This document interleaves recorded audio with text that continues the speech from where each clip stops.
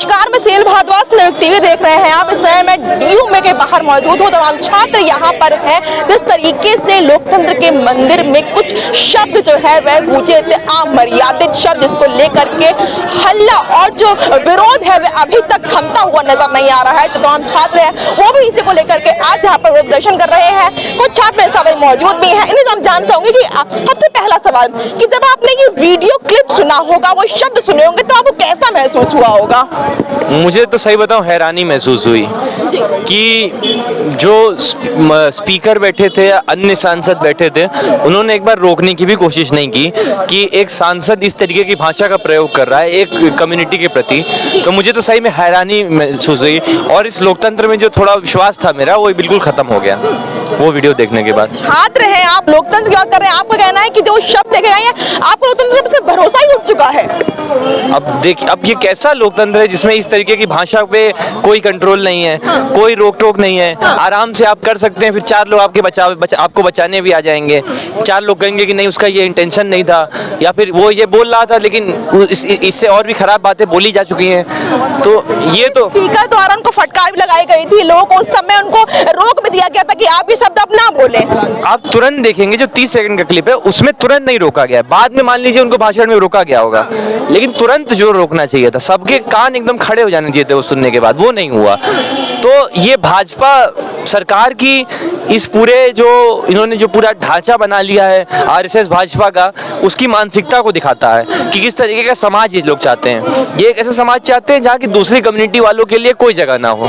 हाँ, लेकिन अब उनको घेरने की बात भी हो रही है। जब काला नेत्यानंद ने ये कहा है कि उन्होंने प्रधानमंत्री मोदी को नीच कहा था, इसलिए वो गुस्से में आगे भावुक हो गई, ये शब्द उनके मुंह से निकल गए। एक उनकी तरफ सफाई के तरह ये भी कहा जा रहा है। अब पता नहीं कब कहा गया, क्या कहा गया, लेकिन ये कोई बदले भाव में भी या फिर किसी भी सेंस में अगर कहा जाए, जिसने भी जो कुछ कहा था उसके खिलाफ आप कार्रवाई की मांग करते हैं, आप इस तरीके की अभद्र भाषा पे उतर आए, तो ये तो कोई लोकतंत्र का मायना रहा नहीं ना। फिर ये तो फिर कोई गली गलियारे में जिस तरीके की लड़ाइयाँ होती हैं उस तरीके से आ गए ना।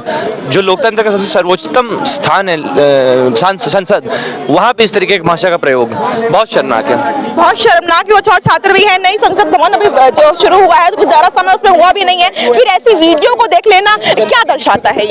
ये दर्शाता है कि नया संसद भवन या कुछ भी बन जाए, लेकिन जिस तरह की विचारधारा बीजेपी या फिर आरएसएस हमारे देश में लगाना चाहता है, हमारे देश में चलाना चाहता है, उसका जो परिणाम है बहुत एक तरीके से क्लियर है कि इस तरीके की भाषाएं आने वाले समय में पार्लियामेंट में बहुत आम हो जाएंगी। जिस तरीके से हम देखते हैं कि पार्लियामेंट में एक तरफ अडानी का फोटो ले आना या फिर मोदी को कुछ और बोल देना, उस तरीके की भाषा का प्रयोग करना जो कि बहुत आम है, जिसमें कुछ इतना बुरा है भी नहीं। और उसके खिलाफ इस तरीके की अभद्र भाषा का प्रयोग करने के बाद में भी अगर कोई एमपी सस्पेंड नहीं होता है, तो किस तरीके की इंप्यूनिटी हमारे देश में चल रही है, इस बात को हम देख सकते हैं कि किस तरीके से एक कम्युनिटी के खिलाफ किस तरीके का भाषा का प्रयोग करना, किस तरीके का रुख अपनाना, ये आने वाले समय में क्या टारगेट, क्या एम सेट करता है और लोगों के लिए, ये हम लोग देख रहे हैं इस भाषा से। आपको भावनाएं कह देना कि इमोशंस में निकल गया था, इन सब शब्दों को इमोशंस में निकल गया था, ये तो बहुत ही मतलब क्या कहें हम इसके बारे में। ये जो कम्युनिटी के खिलाफ हम देख रहे हैं आज कि बीजेपी का और आरएसएस का जो रुख है, ये कम्युनिटी के एक पर्टिकुलर सेक्शन के खिलाफ, क्या वो भावनाओं से आता है? क्या किसी पर्टिकुलर भावनाओं से निकल के आता है? क्या उनका ये क्या कहते हैं, ये विचारधारा एक क्लियर नहीं है कि किसी एक सेक्शन के खिलाफ आप वायलेंस छेड़ दो और उसके वायलेंस के खिलाफ कहो कि अरे हिंदू खतरे में है, हम तो इसके खिलाफ वोट लेंगे? क्या ये भावनाओं से निकल के आता है? आज क्या कौन खतरे में है? आज हिंदू खतरे में या मुस्लिम खतरे में है? हम देखते हैं मुसलमानों के खिलाफ कितना वायलेंस हो रहा है पूरे देश में, तमाम भर के देश में, और उसके लिए एक लोकतंत्र का मंदिर कहा जाने वाला पार्लियामेंट में इस तरीके की एक सेक्शन के खिलाफ अगर इस तरीके की भाषा का प्रयोग किया जाएगा, तो आने वाले समय में क्या दिखाना चाहते हैं, वो क्या दर्शाना चाहते हैं कि आने वाले समय में मुसलमान और भी सेफ नहीं है। आज तो है ही नहीं, लेकिन आने वाले समय में और मुसलमान सेफ नहीं होने वाला है। क्या आप इनकी बात सहमत रखते हैं कि अब आने वाले समय में इसमें भारत में मुसलमान अब सुरक्षित नहीं रह गए हैं? मुसलमान तो अभी भी सुरक्षित नहीं है, और उसके ऊपर सुरक्षित तो इस देश की कोई भी जनता नहीं है। वंचित हो, दलित हो, आदिवासी हो, मजदूर हो, किसान, कोई भी सुरक्षित नहीं है। और मुसलमानों के ऊपर जिस तरीके का हम लोग फांसीवादी हमला देखते हैं, वो किसी भी आइडेंटिटी के ऊपर हम लोग होते हुए नहीं देखते हैं। हम लोग देखते हैं कि मुसलमान से रिलेटेड एक स्लर है, उसको इस तरीके से पार्लियामेंट में पेश किया जाता है कि मुसलमान की तरफ गाली बना दी जाती है उसको पार्लियामेंट में बोला जाता है, वो भी एक सांसद के द्वारा बोला जाता है। ये स्लर आप दूसरी कम्युनिटी के खिलाफ एक सांसद को बोलते हुए कम से कम पार्लियामेंट में नहीं देखेंगे। बट ये जो मुसलमान के खिलाफ हेट जो है इतनी ज़बरदस्त चरम पे है, इसकी वजह से जो हो रहा है, और ये हेट कोई भावनाओं से नहीं निकलती जैसा आप मान रहे हैं। ये एक वेल प्लान्ड 100 साल का इतिहास है आरएसएस का, जो लगातार एक फांसीवाद का मूवमेंट पूरी तरीके से चलाने की कोशिश कर रहा था। उसमें काफ़ी हद तक सक्सेसफुल भी रहा है, उसकी सरकार भी बनी है 2014 से अभी तक जो चल रही है। उसके कारण आज हम लोग देख रहे हैं कोई भावनाएं एकदम से जो इमर्ज होकर के नहीं आ गई हैं, जिसकी वजह से ये शब्द निकले हैं। सब देखते हुए आप अभी क्या मांग कर रहे हैं, क्या गुजारिश है आपकी? गुजारिश कम से कम सरकार से ये है कि थोड़ा सा लाज शर्म कर लें। कम से कम अगर रूल ऑफ लॉ में मानते हो, पर इनके एक्ट से तो लगता नहीं कि मानते हैं। और हम लोग इनको फोर्स करना चाहते हैं कि कम से कम आप कॉन्स्टिट्यूशन जो संविधान है उसके हिसाब से तो कम से कम चलें, जैसा लिखा हुआ है वर्ड ऑफ लॉ के हिसाब से कम चलें।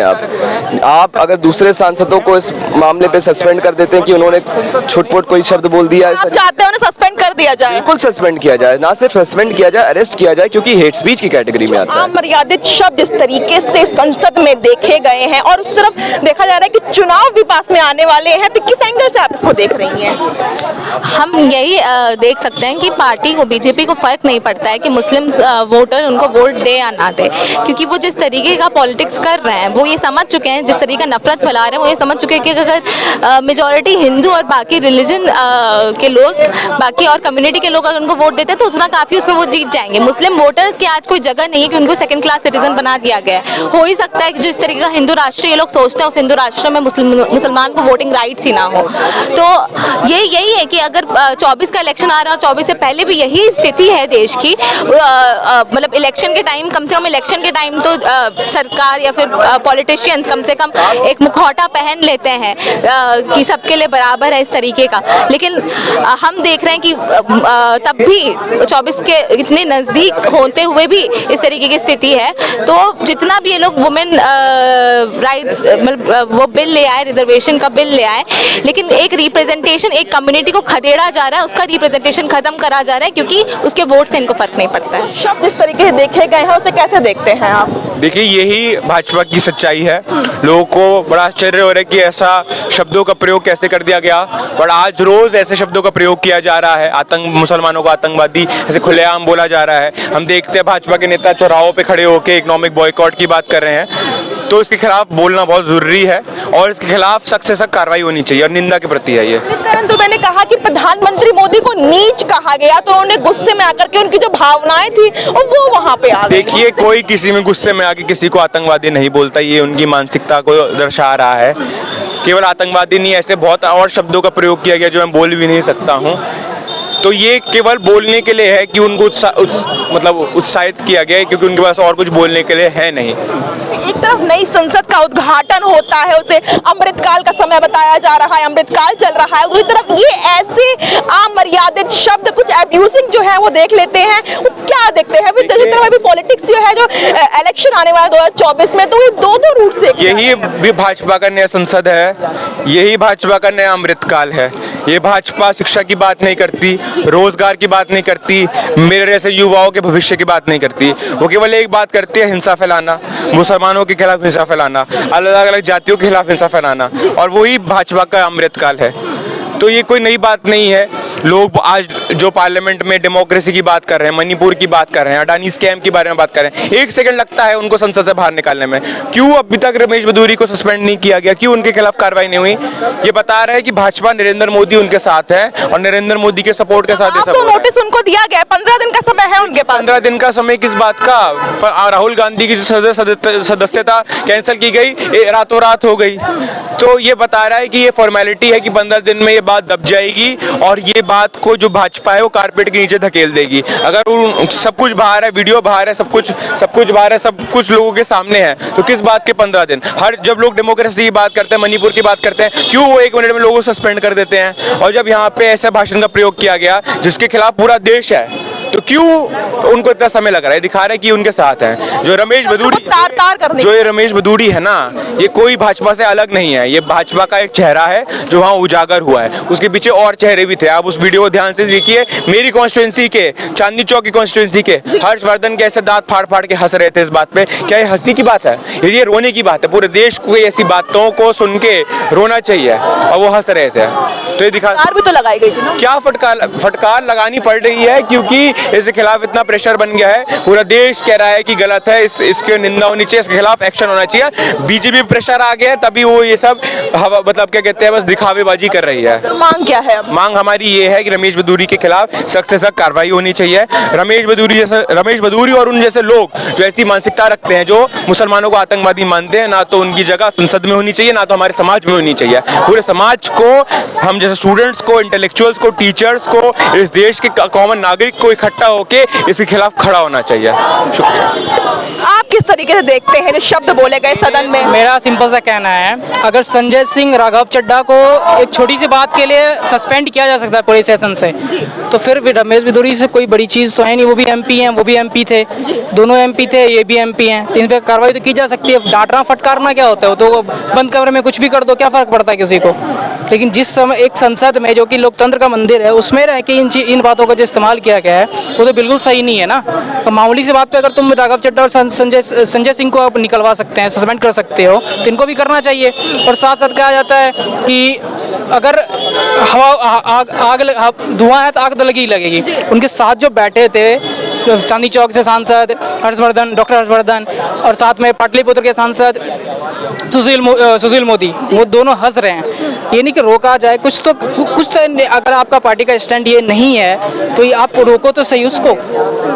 रविशंकर प्रसाद, उनको रोको तो सही कि आप ठीक, आपको लग रहा है वो गलत है, आप दांत फाड़ के हंसे रहो, ये कोई बात तो नहीं है ना। अगर हम बीजेपी की बात कर ले तो 15 दिन में जवाब दो नोटिस उनसे मांगा गया है, उन्हें देना ही देना है रमेश भदौड़ी को किसी भी हालत में। जवाब दो नोटिस, ठीक है। मतलब संसद में, राज्यसभा में संजय सिंह ने क्या कहा था?